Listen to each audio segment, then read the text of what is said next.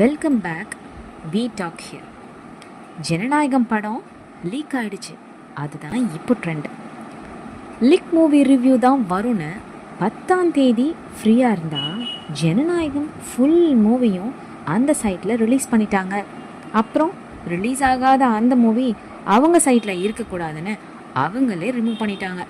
ஆனால் அதுக்குள்ளே full மூவியும் Telegram லிங்கில் ஊர் ஃபுல்லாக பரவிடுச்சு.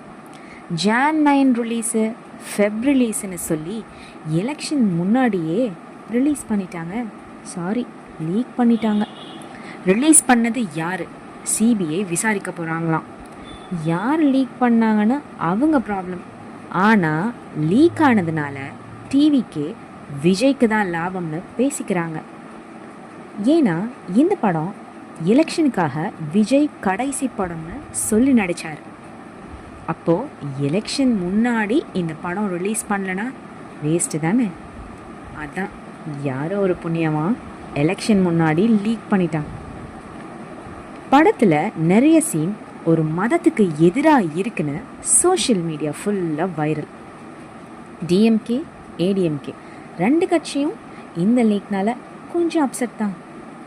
ஃபைனலாக படம் எப்படின்னு தானே கேட்குறீங்க.